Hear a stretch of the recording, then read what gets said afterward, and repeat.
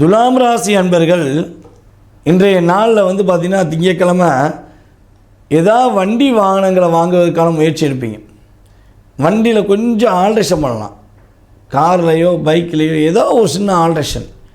வண்டியை தொடச்சி வச்சு இன்றைக்கி அப்படியே ஜம்முன்னு, அதாவது எப்படி சொல்கிறேன்னா, இந்த கல்யாணம் முடிச்சோன்னே இப்போ கணவன் மனைவி புதுசாக இருக்கும்போது அப்படியே பார்த்தனே ரொம்ப அழகாக இருக்கப்பா, சூப்பராக இருக்கப்பா சொல்லிக்கிடுவாங்க. அந்த கல்யாணம் முடித்து கொஞ்சம் போக வீட்டுக்கார் அழகாக இருக்கான்னு சொல்லுவாரான்னு எதிர்பார்ப்பாங்க பொண்ணு.